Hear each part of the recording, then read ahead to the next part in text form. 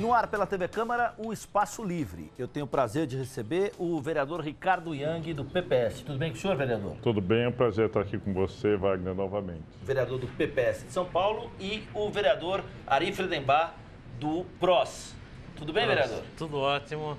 É um prazer estar aqui, especialmente para debater um tema tão importante. Um tema arenoso. Extremamente arenoso, espinhoso. Arenoso.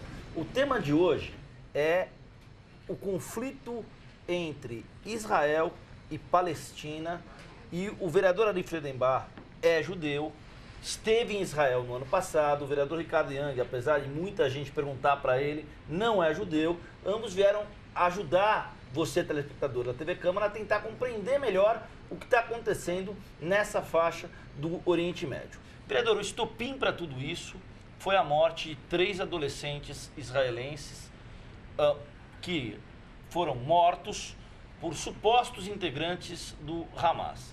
Isso abriu brecha para um novo conflito violento e que já gerou 1.750 mortos do lado da Palestina, 66 mortos do lado de Israel e mais de 9 mil feridos.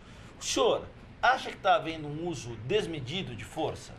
Bom, eu acho que assim, é muito importante, primeira coisa a gente pensar, o que significa esse sequestro dos 3 meninos. Na verdade, assim, foi um sequestro de civis, não militares, portanto, e isso tem uma repercussão muito grande, muito forte em qualquer sociedade, especialmente na sociedade israelense. Para você ter uma ideia, uma das vezes que eu tive no passado recente em Israel, estava conversando com uns militares, contando a história da minha vida, do assassinato da minha filha. E foi muito interessante porque quando eu contei o que aconteceu, eles não conseguiam entender o que queria dizer um sequestro de civil. Eles ficaram muito chocados com a hipótese de um civil ser sequestrado.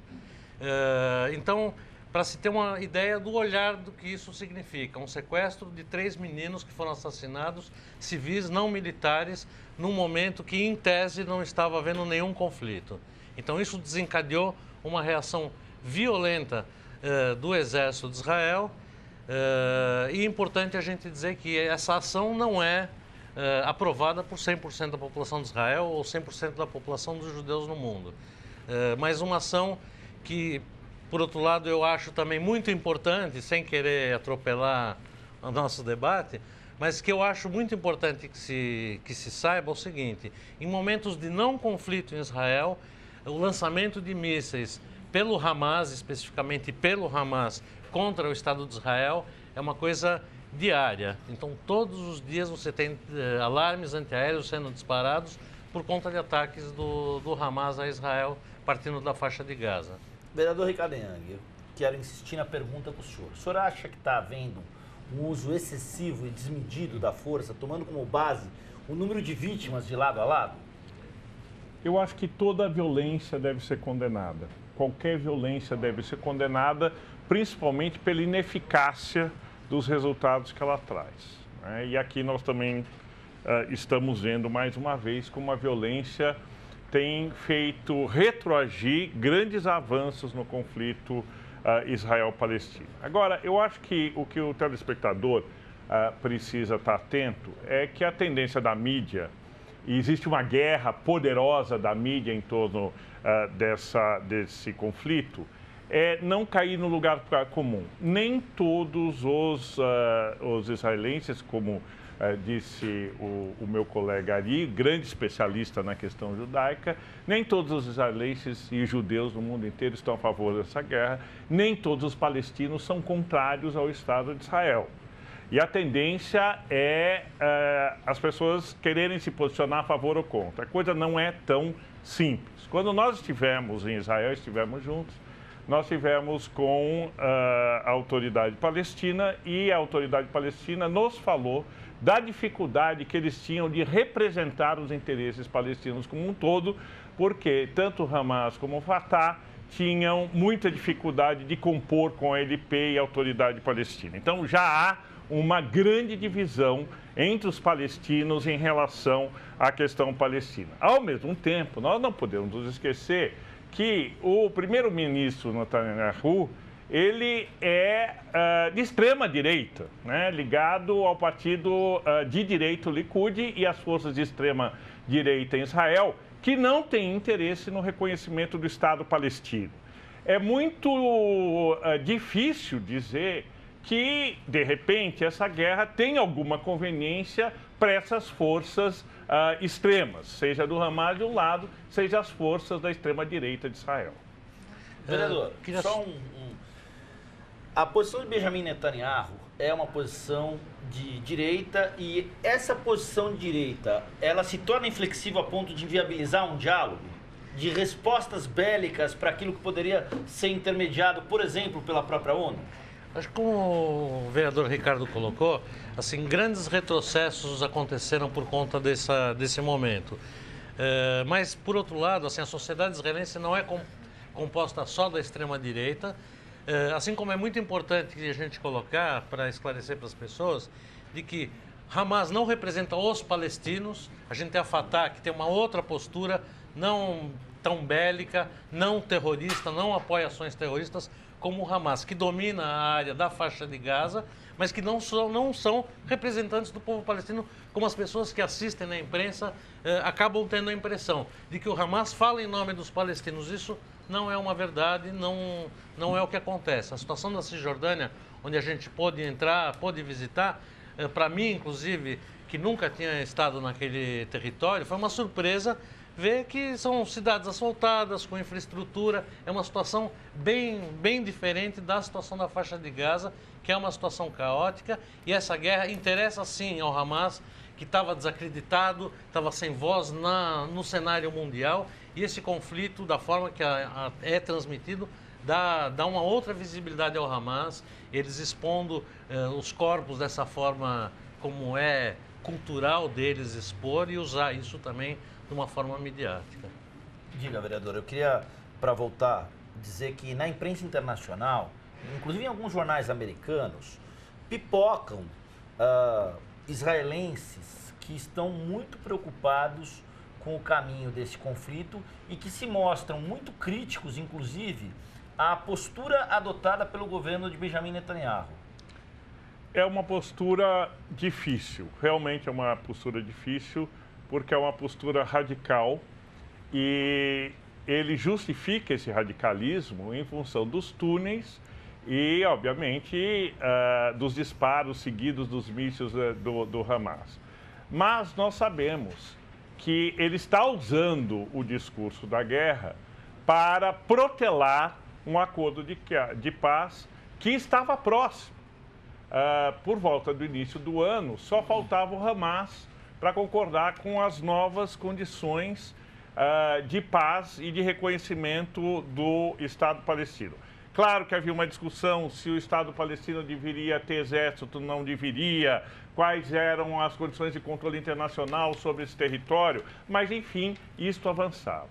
Com o episódio trágico do sequestro dos meninos, houve um recrudescimento das posições de não reconhecimento por parte do Estado palestino, e a guerra, me parece, isso é muito controverso, está servindo para isso. Mas nós não podemos nos esquecer, e o vereador Ari e eu vimos isso, né, pessoalmente, de que os mísseis que o Hamas usa contra Israel são mísseis relativamente amadores perto do poder de fogo de Israel. Então, é verdade que o Hamas lança esses mísseis são letais. É possível que 1, 2, 3 pessoas possam ser atingidas por esses mísseis. Leva-se também em consideração que hoje Israel é todinha coberta por abrigos antibomba. Então, a probabilidade desses mísseis causarem muitas fatalidades é pequena. Por um outro lado, o poder de fogo de Israel é muito desproporcional. Então, eu acho que o primeiro-ministro de Israel não precisa de toda essa demonstração de poder para expor os seus próprios pontos de vista. Eu acredito que ele está levando a população de Israel e a população judaica do mundo inteiro ao posicionamento radical, que Israel seguidamente e a população judaica do mundo inteiro tem se recusado. Os judeus várias vezes já se posicionaram e em Israel eles são quase que a maioria a favor do Estado palestino. Então nós temos que tomar muito cuidado com as generalizações. Estado palestino reconhecido pela ONU. Reconhecido pela ONU. Então nós temos que tomar muito cuidado com as generalizações. É reconhecido pela ONU e o Hamas se recusa a reconhecer. Sim. Também é um fato. É verdade. Assim, uma das grandes dificuldades na negociação de paz é que o Hamas se recusa a aceitar a existência do Estado de Israel, que também foi reconhecido pela ONU um pouco antes, em 1948.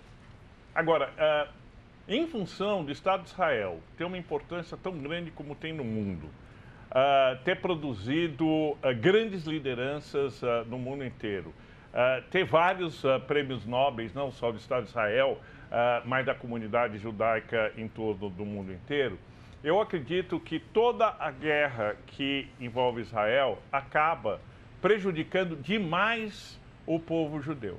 Demais o povo judeu. Porque fica sempre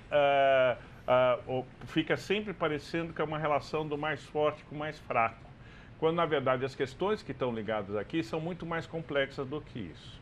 Agora, independentemente disso tudo, e nós pudemos ver isso lá e vimos na Cisjordânia, é possível a coexistência perfeitamente pacífica entre os dois povos. Nós fomos num evento, lembra-se ali? Claro. Nós fomos num evento na Cisjordânia, onde meninos, adolescentes músicos de Israel e palestinos tocavam juntos e produziam a melhor arte possível. Isso é possível, isso acontece em Israel.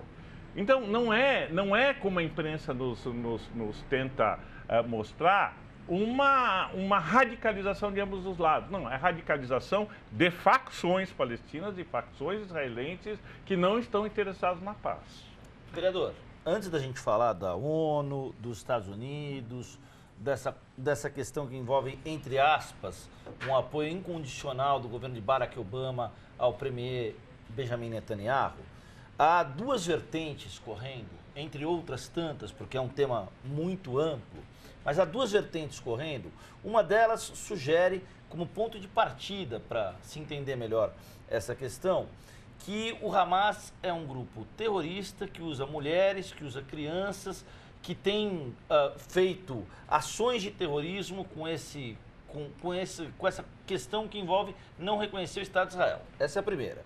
Na segunda, um uso desmedido da força de Israel em relação à própria Palestina, com o mote de que não está atrás do povo da Palestina, está atrás dos líderes do Hamas.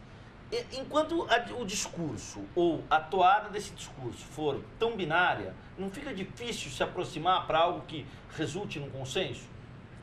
Eu acho que é muito difícil, assim como eu acho muito importante, só um pequeno parênteses aí, assim, a questão da violência do conflito não pode se comparar, como se vê assim amplamente na imprensa, de que morreram tantas mil pessoas do lado palestino e qual é o número em Israel? 1.750 do lado da Palestina, 66. 66. Não é o fato de Israel ter um bom sistema de defesa que o torne culpado pelo conflito. Assim, está tendo poucas mortes em Israel, porque Israel tem um sistema de defesa de mísseis extremamente sofisticado que impede que esses mísseis caiam, porque os disparos hoje, atualmente, nos dias de hoje, têm sido de dezenas por dia contra Israel também. Eles não atingem porque tem um sistema de defesa. Mas essas escolas com representantes da ONU que têm sido atingidas? Então aí, do lado palestino, o que acontece? Aí eu também questiono, eu não defendo de forma nenhuma crianças sendo mortas, civis sendo mortos de qualquer um dos lados.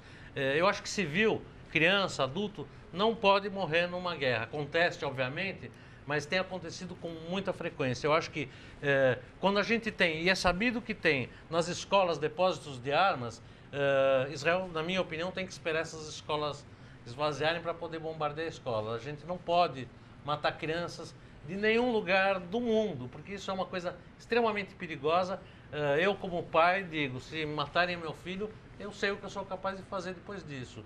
Então, até porque o senhor já experimentou na pele uma violência desmedida. Então a gente sabe o que é perder um filho e sabe do que um pai é capaz de fazer em função da perda de um filho. Então eu tenho muito receio da repercussão, isso por décadas, de famílias que perderam seus filhos, seus netos, seus maridos, suas mulheres, numa situação dessa. Acho que precisa se pensar de uma forma um pouco mais civilizada. Se é que a gente pode falar isso, é meio absurdo, mas uma guerra um pouco mais civilizada, onde soldados possam morrer eventualmente, aí é um fato da guerra, mas a gente tem que evitar de todas as formas a perda de vidas de civis. Eu vou discordar do meu colega vereador Ari, dizendo que nenhuma guerra pode ser civilizada. A guerra, por definição, é a barbárie. A guerra é o fim de toda possibilidade de entendimento e de diplomacia. Portanto, quando lamentamos essa guerra, nós estamos lamentando de novo a incapacidade que a humanidade tem de resolver essas questões. E uma das razões pelas quais essas questões não são resolvidas é porque o ódio é usado politicamente. Eu estou insistindo nesse ponto. Quando eu falei de guerra civilizada, foi uma expressão entre aspas, obviamente, que eu concordo com o que você está falando. Não, eu entendi perfeitamente o que você falou, vereador Ali, mas a minha preocupação é que quando o ódio é utilizado pela política, o ódio incendeia os corações pelas razões erradas. E nós temos visto na história do século XX isso sendo feito, tendo sido feito muitas vezes. Muitas vezes. Questões justas eram muitas vezes completamente pervertidas pelo uso político do ódio, né?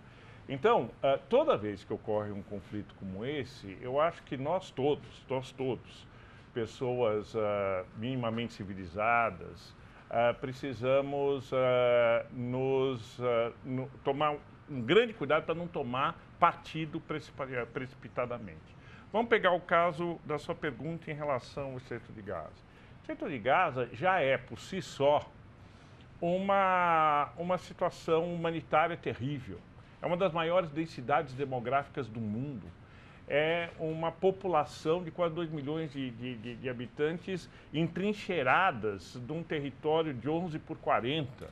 Só para nós termos uma ideia, São Paulo, né? São Paulo tem uma extensão de mais de 150 quilômetros dos dois lados. Nós estamos falando de uma região menor do que a Zona Leste, né? Parelheiros. Parelheiros, ali, talvez com 2 milhões de habitantes. Métrica, então, Parelheiros. Não há como se fazer um bombardeio num lugar com tamanha densidade demográfica que não vá morrer civis. É impossível. E aí eu me pergunto, né, e com muito cuidado e muito respeito, já que Israel tem um sistema de proteção antimísseis e um sistema de proteção de abrigos antiaéreos, e sabendo-se que a faixa de Gaza não tem nada disso, e pior, que o Hamas usa sim escudos humanos, não seria o caso de um cessar-fogo unilateral de Israel, uma vez que Israel tem condições de se proteger, mesmo que com todos os riscos do Hamas, mas o Hamas, a população palestina do Estreito de Gaza não tem? Eu não concordo, Ricardo, pelo seguinte, você tem um sistema de defesa muito sofisticado em Israel, mas ele não é 100% seguro. Tanto que a gente viu bombas que caíram em solo israelense, apesar do sistema de defesa. Acho que um cessar-fogo unilateral, eu acho que é da outra face, coisa que eu não concordo. Acho que assim, tem que haver sim um esforço internacional para que haja um cessar-fogo bilateral, uma vez de que também tem que cessar o fornecimento de armas para o Hamas, é fundamental, porque eles usam isso de uma forma desmedida também. Agora, eu acho que a gente tem que pensar num esforço internacional realmente de colocar isso... Mas eu pergunto, vereador, mais equilibrada. Hoje Israel está apanhando, entre aspas, da opinião pública mundial. Um cessar-fogo unilateral não colocaria o Hamas no centro das atenções, e todas as atrocidades que o Hamas está fazendo não viria à tona, E na guerra de mídia, né, na disputa pela opinião pública, Israel não teria melhores condições de fazer o seu ponto? Excelente a pergunta. Eu só queria complementar no seguinte sentido. Há, inclusive, professores, correntes universitárias que estudam a questão, que têm apontado o seguinte: isola-se o Hamas, essa disputa cria uma percepção pela qual ou se favorece ou se prejudica de vez a imagem do Hamas. É bom lembrar que o Hamas é um braço político, né? Em contrapartida, ainda na linha do que disse o vereador Ricardo Yang, também não se recrudesce uma questão da cultura do ódio que levou, por exemplo, à questão do antissemitismo, vereador? O senhor não enxerga esse risco? A questão do antissemitismo é uma coisa bem mais ampla e antiga, né? Assim, é uma coisa que vem ao longo de toda a história, né? Eu acho que talvez, assim, fosse uma tentativa válida. Eu estou aqui refletindo, obviamente, no que você está falando, Ricardo, e você, Wagner. Acho que, assim, é que eu tenho muito receio, porque eu vivi, há muitos anos atrás, eu vivi em Israel. Quando a gente vivencia a coisa de disparo de alarme, que você tem que correr, larga tudo que você está fazendo, só a tensão dessa constante e os disparos de alarmes em Israel são dezenas de vezes por dia, é uma coisa muito tensa, muito perigosa. Por outro lado, eu acho que talvez fosse uma tentativa de um caminho realmente mais civilizado de fazer um cessar-fogo unilateral. Plausível. Agora, tem a questão dos túneis, que o Nathaniel fala que só vai parar a hora que acabar com todos os túneis, que são dezenas. Isso eu sei há décadas da existência desses túneis, não é uma descoberta de ontem. Isso daqui sempre existiu para contrabando de armas, contrabando até de alimentos, pela dificuldade que existe nas fronteiras, ataques terroristas. Então, essa questão dos túneis é uma questão muito grave, antiga e grave. Existia entre o Egito e a faixa de Gaza centenas de túneis que também foram fechados. O Hamas hoje, e a imprensa não divulga, não tem apoio do Líbano, não tem apoio da Arábia Saudita, não tem apoio da Jordânia, não tem apoio do Egito. Quer dizer, vários países da comunidade árabe também não estão apoiando o Hamas com o que vem acontecendo.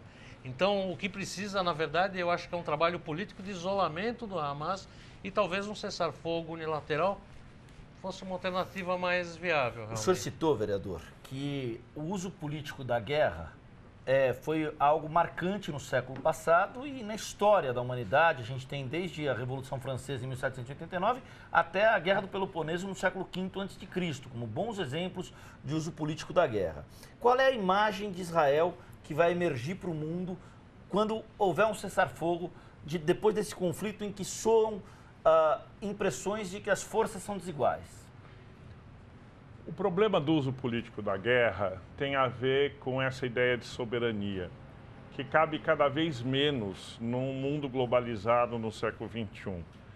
A afirmação da soberania, morrer pela pátria, aliás, como está no nosso hino nacional, é um conceito que diferencia o outro ser humano porque mora do outro lado da fronteira ou porque tem uma outra religião.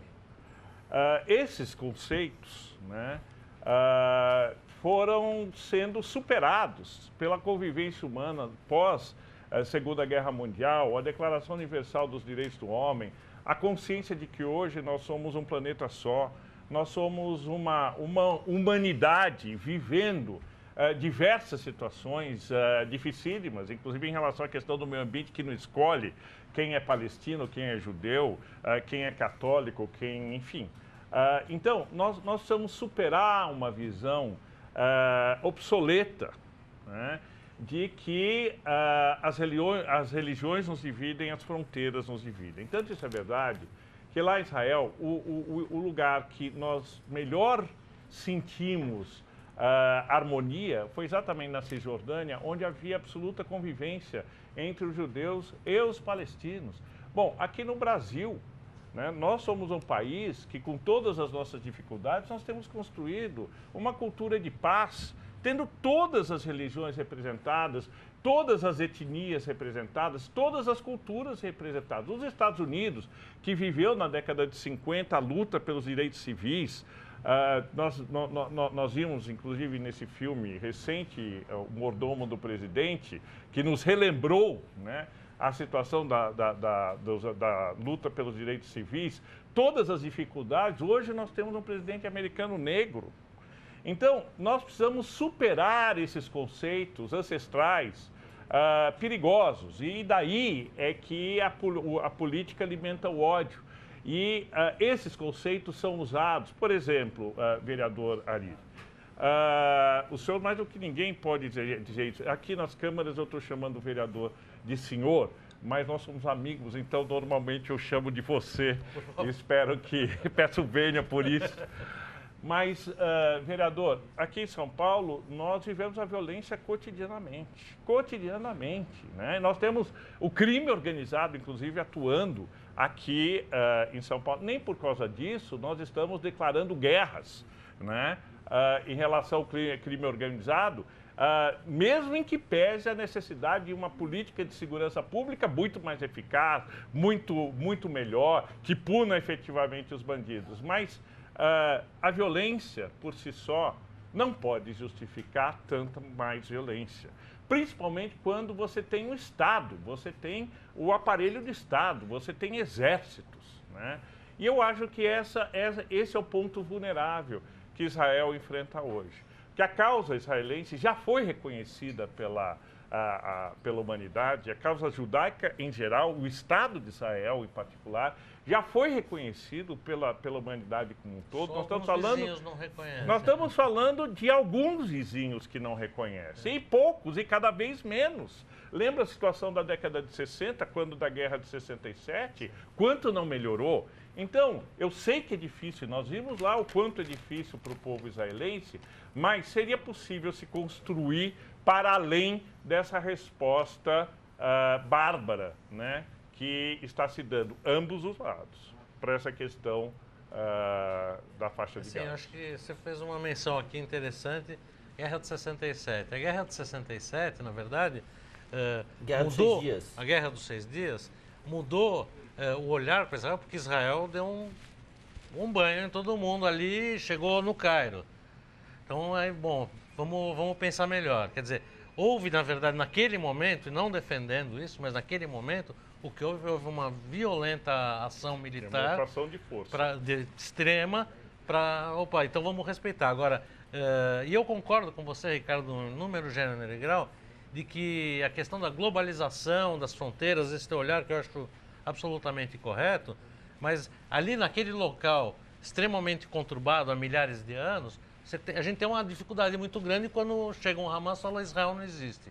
Ou um Irã com esse mesmo tipo de colocação, ou dizendo que o Holocausto não existiu. Quer dizer, são situações extremas que só pode se caminhar realmente para essa não fronteiras quando a gente respeita o outro. A gente teve um bom exemplo disso que o senhor está citando, à luz da política internacional, quando o ex-presidente do Irã, Mahmoud Ahmadinejad, numa das declarações mais polêmicas dele nos últimos anos, disse que o Holocausto não existiu. Exato. O que são aquelas imagens, então? Né? O que são aqueles 6 milhões de judeus que foram mortos e que não há dúvidas sobre... historicamente não há dúvidas sobre o fato, né? E aí realmente fica difícil. Então eu acho que assim, é muito importante a gente não esquecer com quem você está lidando. Né? Você tem um ponto, vereador Ari, de que não é possível, para as circunstâncias em que Israel se encontra, historicamente e nesse momento, ser um Estado desarmado como Costa Rica, por exemplo. É impossível. Né? É necessário que, sim, a sua vizinhança respeite o seu poder de fogo. Agora, isso é diferente de usar esse poder de fogo. Né? Eu não tenho condições de julgar e nem de recriminar, né?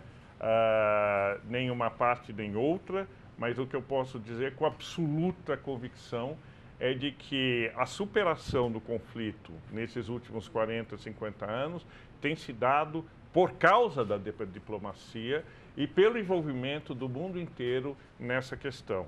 Então, é de se acreditar que a melhor solução para esse conflito seja expor mundialmente o quanto as técnicas terroristas do Hamas acabam levando essa situação de desespero, mas de nenhuma forma responder com esse poder de fogo que Israel tem para uma guerra territorial muito mais ampla, quer dizer.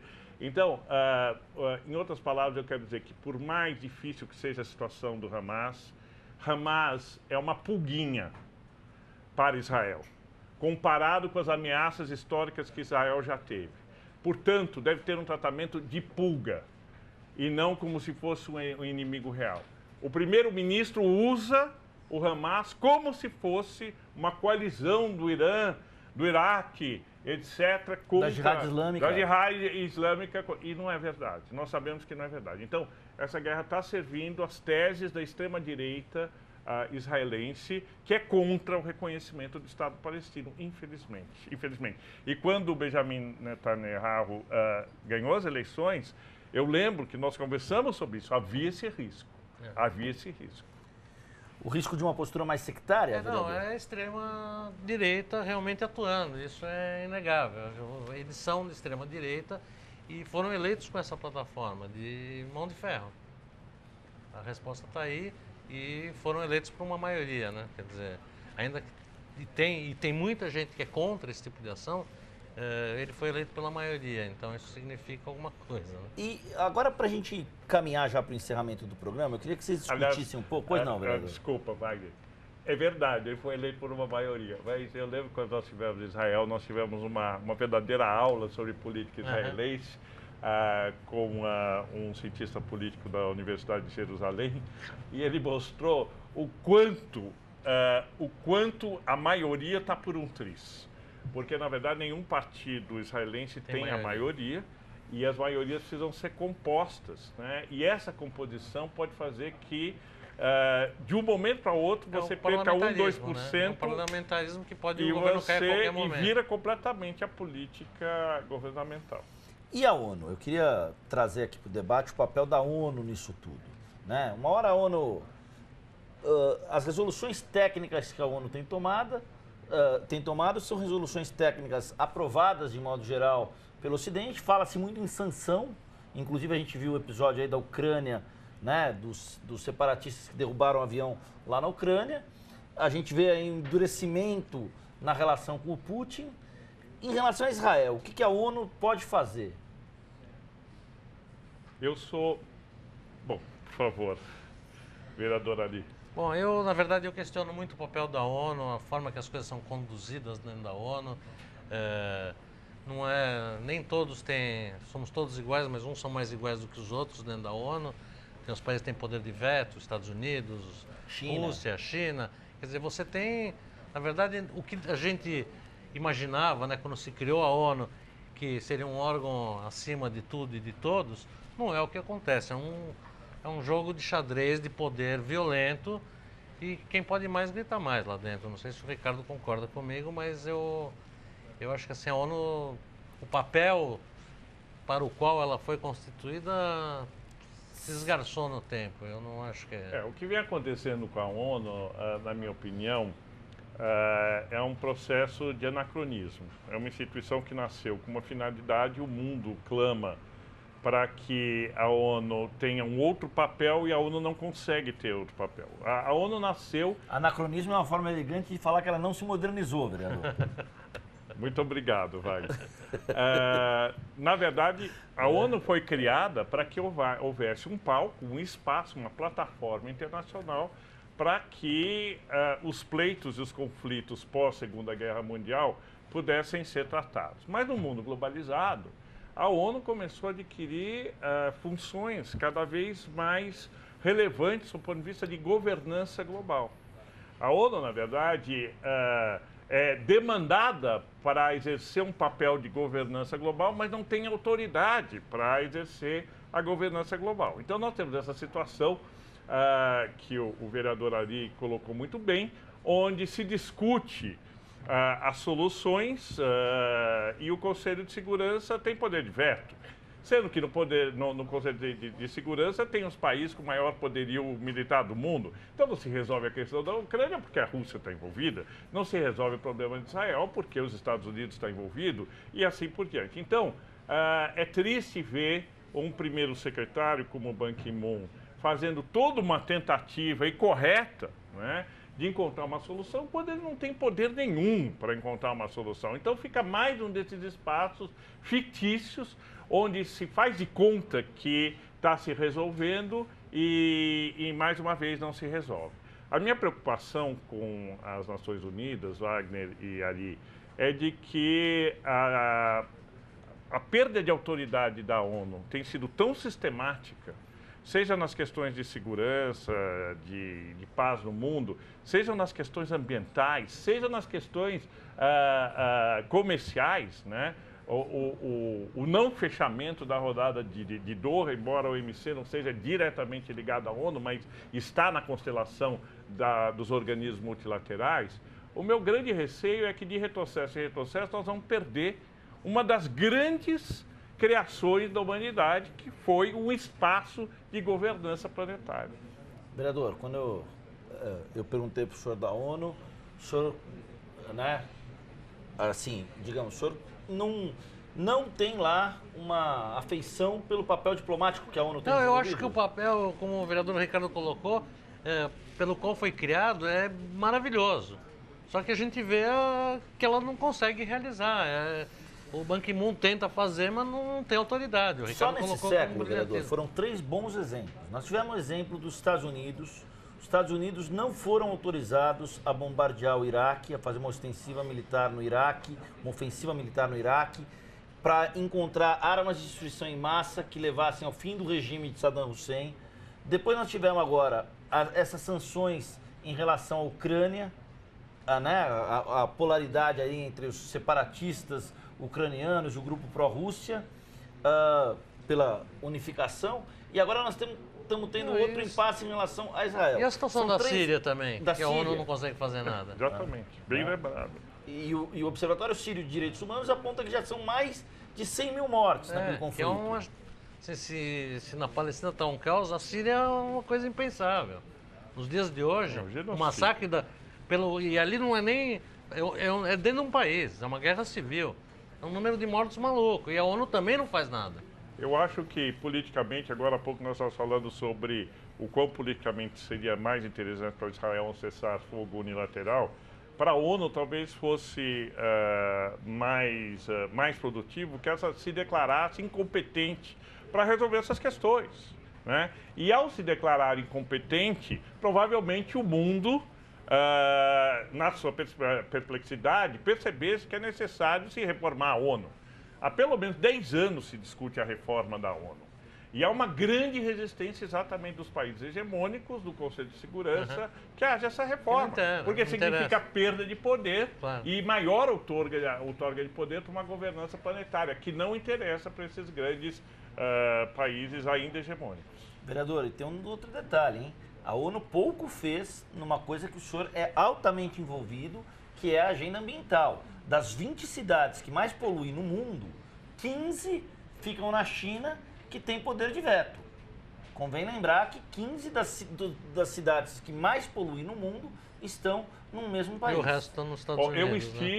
Eu estive em Copenhague, na COP15, onde todas as esperanças em relação ao controle das emissões e ao controle das mudanças climáticas estavam depositadas lá. Eram mais de 40 mil pessoas do mundo inteiro, especialistas, cientistas, ambientalistas, movimentos da sociedade civil. E na nossa frente nós vimos a ONU fracassar, e daí todas as outras convenções de clima subsequentes, porque não tiveram coragem de peitar os interesses chineses e americanos naquela convenção. E acabou. Quer dizer, o mundo inteiro se manifestando, mas o regime de governança e poder de veto da ONU impede que ela esteja à altura daquilo que o mundo precisa. Legal. Vereador Ari Friedenbach, obrigado pelo bate-papo, pelas explicações, pela visão que o senhor colocou em relação a esse conflito entre Israel e Palestina. A gente torce para que o caminho do diálogo e da flexibilização se torne um caminho possível no horizonte. Eu também, e assim, eu queria deixar uma mensagem muito importante. Como a gente falou aqui hoje, o Brasil é um exemplo de convivência entre povos, nações, religiões, culturas. fundamental é que não se importe o conflito. Assim, nós temos que preservar a característica do Brasil de um país de ótima convivência entre todas as nações, culturas e religiões, laico. Isso tem que ser preservado a qualquer custo. A gente precisa tomar muito cuidado com a importação do conflito. Isso é lá, não tem a ver com a excelente convivência de árabes e judeus aqui no Brasil, que é histórica. É um exemplo para o mundo, o Brasil, e a gente tem que preservar isso com muito cuidado. Vereador Ricardo Yang, mais uma vez, muito obrigado pelo bate-papo, pelas explicações. Te agradece, senhor. Esperamos ter o senhor numa próxima oportunidade para falar dessa patinada da ONU em relação às questões ambientais. Claro, claro.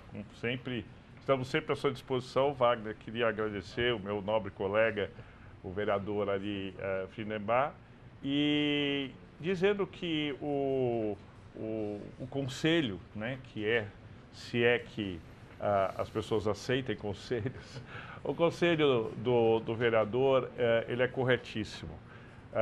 Não podemos tomar esse conflito pelo valor de face.